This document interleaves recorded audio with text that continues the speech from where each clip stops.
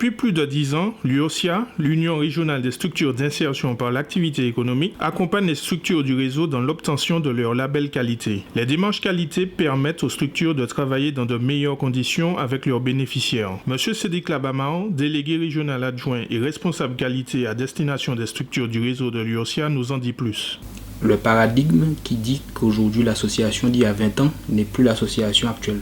Aujourd'hui, la démarche qualité vient réinterroger nos pratiques et donc par définition vient professionnaliser en fait l'équipe d'encadrement, etc. Une volonté de professionnalisation de la structure qui a motivé l'entrée de la ferme active dans la démarche. Madame Denise Monfilet, directrice de la ferme active, qui porte l'atelier chantier d'insertion de la ferme solidaire de Carrière au Lamentin, nous explique ce travail qui a consisté à remettre à plat les pratiques, méthodes et objectifs. Nous avons pris la décision dès 2012 de commencer à travailler là-dessus parce que pour nous, c'était un moyen de revoir un petit peu notre mode de fonctionnement, revoir nos process parce qu'on savait qu'on faisait des choses relativement correctement, mais on voulait vérifier que ce que nous faisions dans la pratique correspondait bien effectivement à ce qui est prévu par Chantier École, en termes de démarche qualité, en termes de mise en place de l'accompagnement social et professionnel.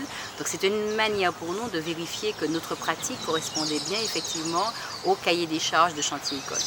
Cette amélioration des performances de la structure par la démarche qualité est d'abord basée sur la communication. Elle se décline auprès de toutes les parties prenantes de l'association. La démarche qualité nous a permis souvent de nous mettre ensemble pour travailler ensemble, même quand on travaillait sur la partie agricole, mais tout le monde était là. Quand on travaillait sur la partie accompagnement social, tout le monde était là et ça a créé vraiment du lien entre les personnes et ça c'est très important. Et je crois qu'on garde encore ce lien-là, ça nous permet encore, lorsqu'on a une décision à prendre dans un des domaines d'activité, d'avoir tout le monde autour et de prendre ensemble des décisions.